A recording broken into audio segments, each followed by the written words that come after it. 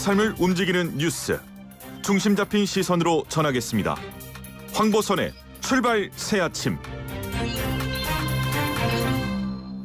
네, 여론조사의 모든 것을 속속들이 알아보는 여론택배 시간입니다. 한국사회 여론연구소의 이강윤 소장님 나오셨습니다. 안녕하십니까? 안녕하세요. 예, 반갑습니다. 배종찬 인사이트K 연구소장님 안녕하십니까? 안녕하십니까? 예.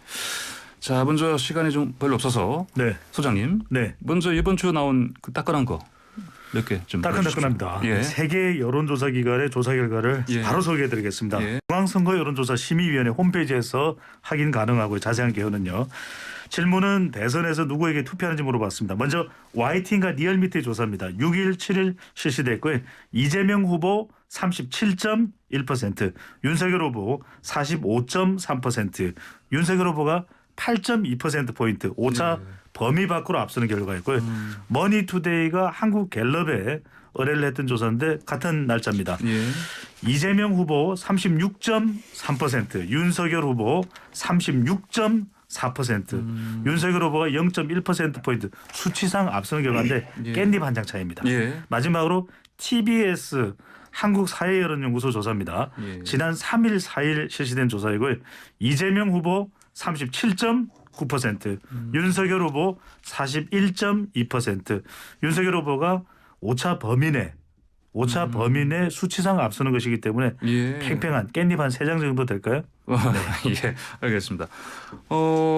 지난주에는 채널A 의뢰로 리서치가 발표한 조사 보면 이재명 후보가 역전하는 결과가 나타났는데 이번 주에는 이런 게 안 나타나는 것 같은데요. 네. 이거 어떻게 분석해야 됩니까, 소장님? 조금 며칠 된 뉴스이긴 하지만 지난 주말에 울산에서 네.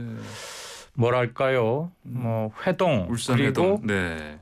봉합이 있었죠. 예. 그런데 한 달 가까이 지속되던 길고 지리한 싸움의 끝이었고 예.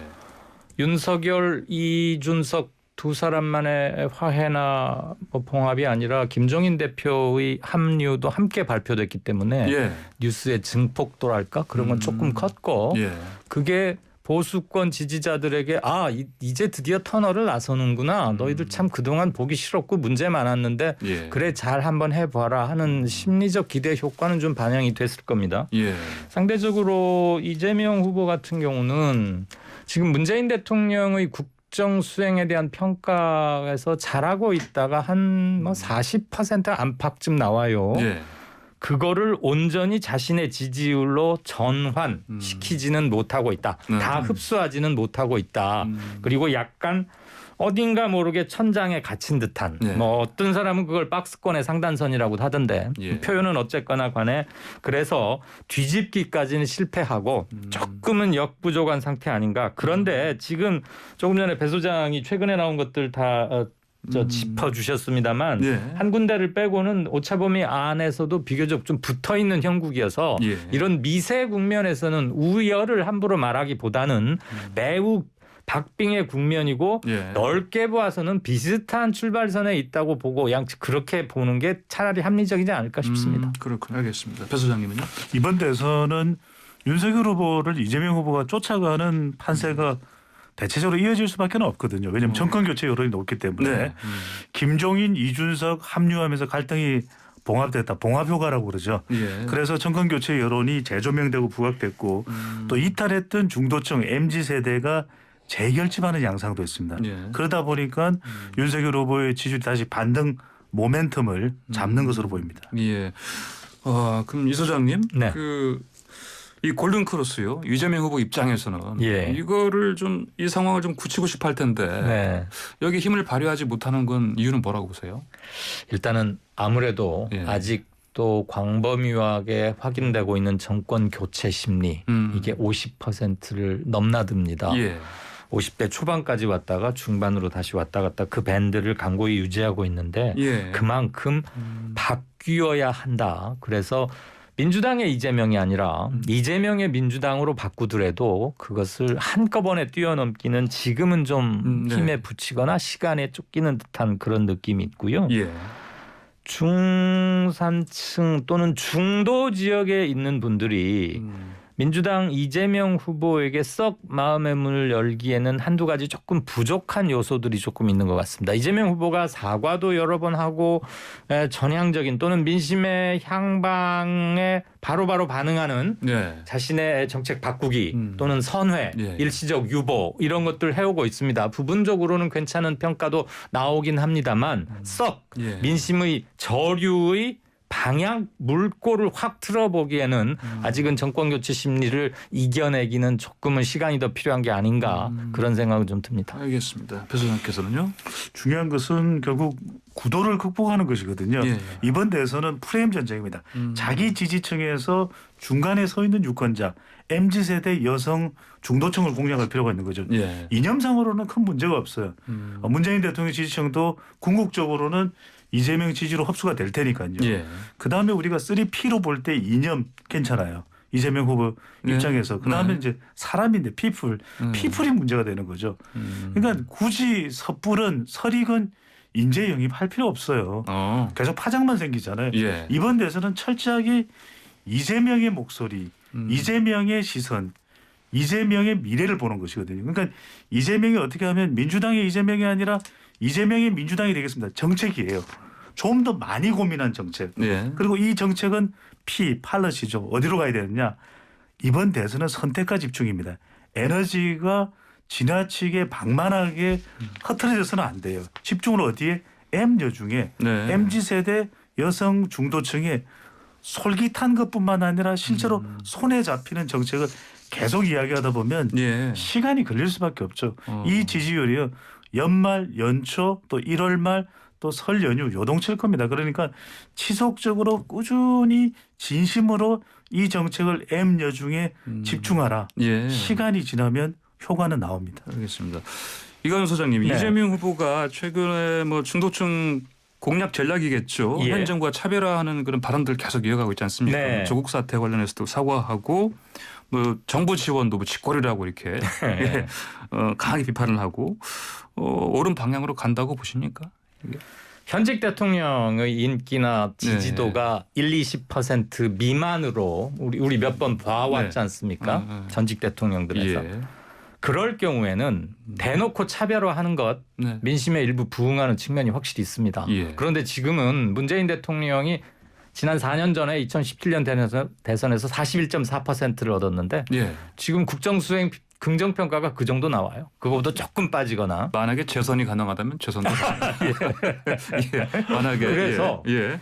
여당 후보가 더군다나 네. 집권 여당의 후보가 현직 대통령의 주요 정책이나 네. 이런 것들을 대놓고 공격하기 쉽지 않습니다. 예. 반드시 역풍도 있을 거고요. 제가 조금 전에 문재인 대통령 현재 국정평가를 지지하는 그 지지율도 오롯이 흡수를 못하고 있기 때문에 예. 섣부른 차별화는 정체성의 문제만 불러일으킬 수 있고요. 전통적인 지지층의 분열 내지는 다툼을 초래할 수 있습니다. 참고로 중도층에서 저희 조사로 예. 저희는 지난 월요일에 발표됐는데 예. 윤석열 43.4, 이재명 36.8 이렇게 네. 나옵니다. 네네. 그런데 한 달 전과 이번 주에 중도층의 지지율 변화를 제가 비교를 해봤어요. 예. 한 달 전은 윤석열 후보가 국힘의 대선 후보로 확정된 직후입니다. 예. 그때에 비해서 이재명 11.9%포인트 상승. 예. 12%포인트 올랐죠. 비교적 큰 예. 폭입니다. 같은 기간 동안 윤석열 5%포인트 하락했어요. 예. 중도층에서. 어허. 중산층이 아니고 중도층. 예. 이 말은 중도층 내에서 현재 상당한 변화가 꿈틀대고 있다.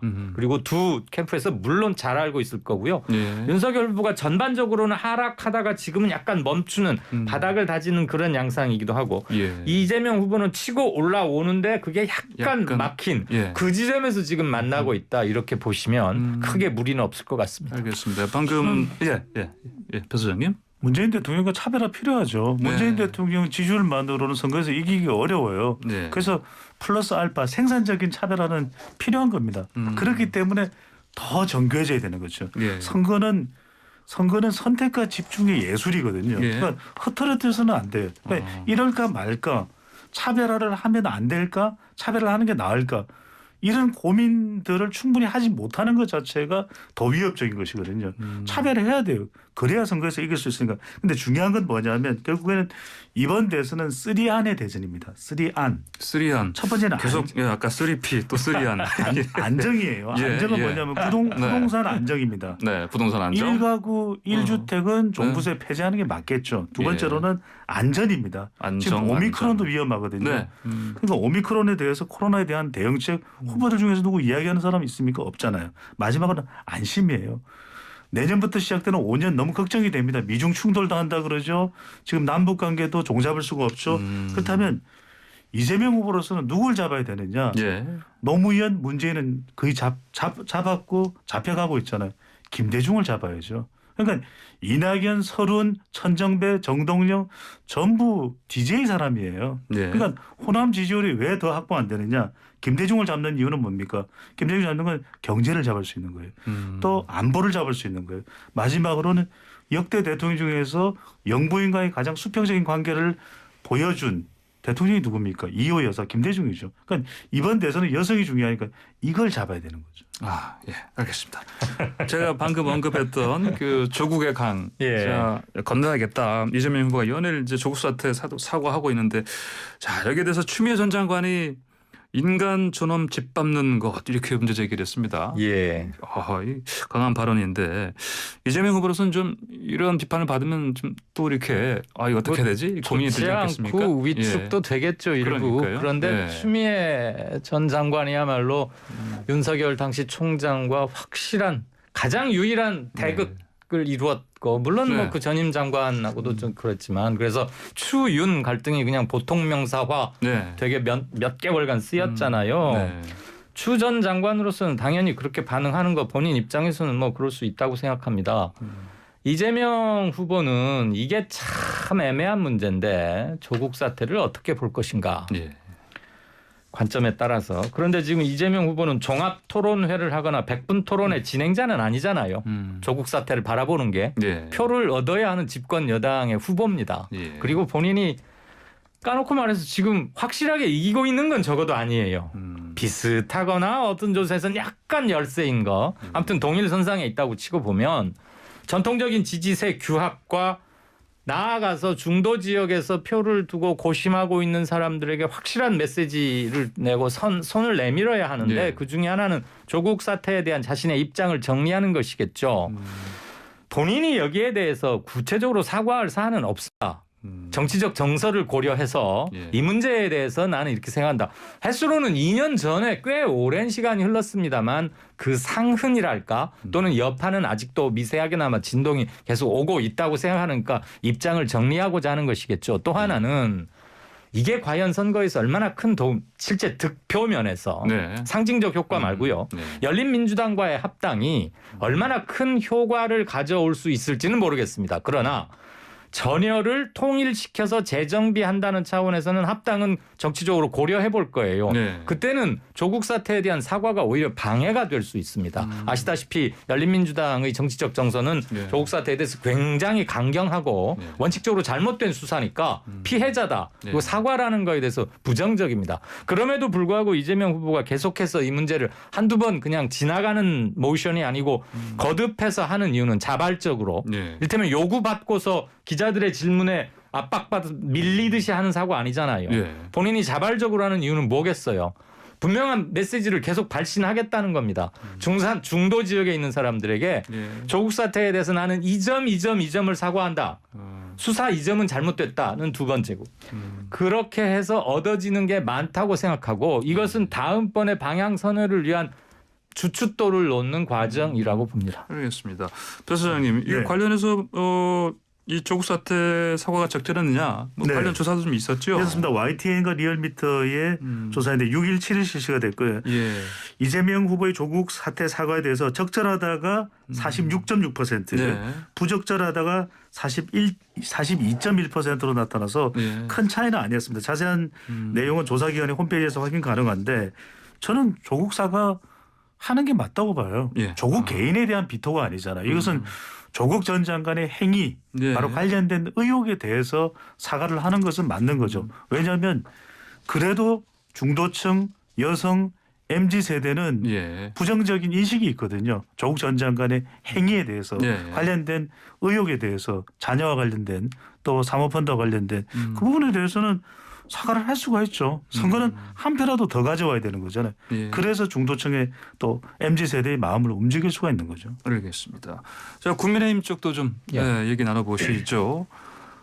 결국은 아까 말씀하신 대로 이제 울산에서 극적으로 만나서 결국은 이제 선대위 출범하게 됐는데 윤석열, 김종인, 이준석 이 세 명의 삼각편대. 네.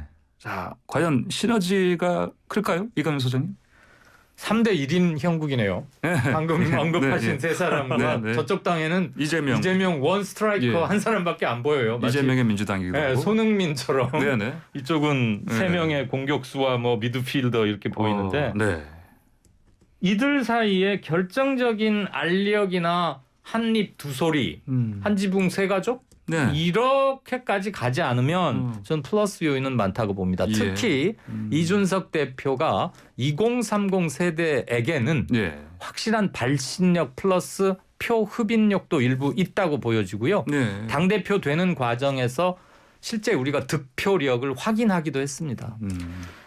굉장히 논쟁적이고 젠더 갈등 등에서는 많은 그것을 안고는 있지만 그럼에도 불구하고 이준석은 득표력 면에서는 아직은 유효한 카드다. 예. 그다음에 김종인 전 비대위원장 같은 경우는 이슈를 던지고 그것을 선점하고 이슈 파이팅을 해나가는 면에서는 일정 부분 힘이 있다고 생각됩니다. 예. 그 효용성이나 실현 가능성을 떠나서 일단 뭐 거국내각 뭐 민주당 정의당 사람들하고도 일부 내각 네네. 합치자. 그다음에 뭐 100조 원 얘기도 했고요. 50조 갖고 되겠느냐. 예. 100조는 해야 된다. 이게 그냥 예. 포카판에서 뭐 배팅하는 그런 게 아니고 예.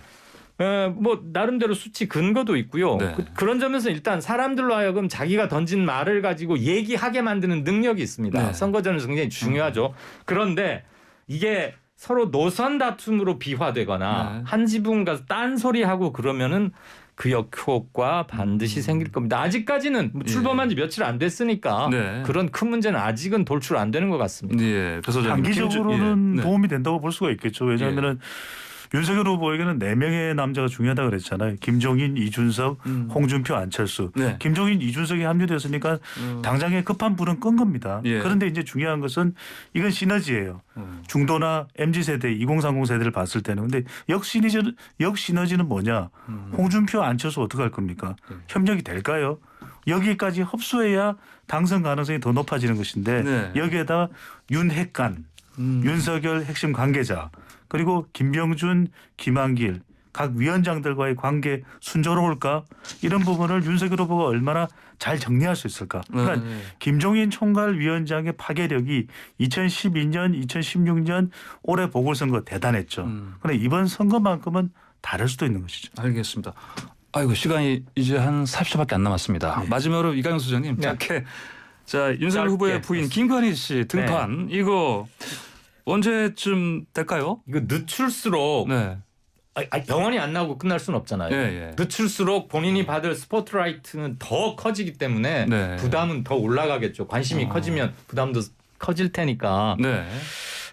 어느 타이밍을 잡고 있는지는 솔직히 그쪽 캠프 아니니까 잘은 모르겠습니다. 네. 뭐 봉사활동 등등등 뭐 사진 얘기들이 많이 나오는데 네. 영원히 숨바꼭질 할 수는 없잖아요. 네. 저는 차라리 빨리 모멘텀을 만들어서 데뷔를 하고 네.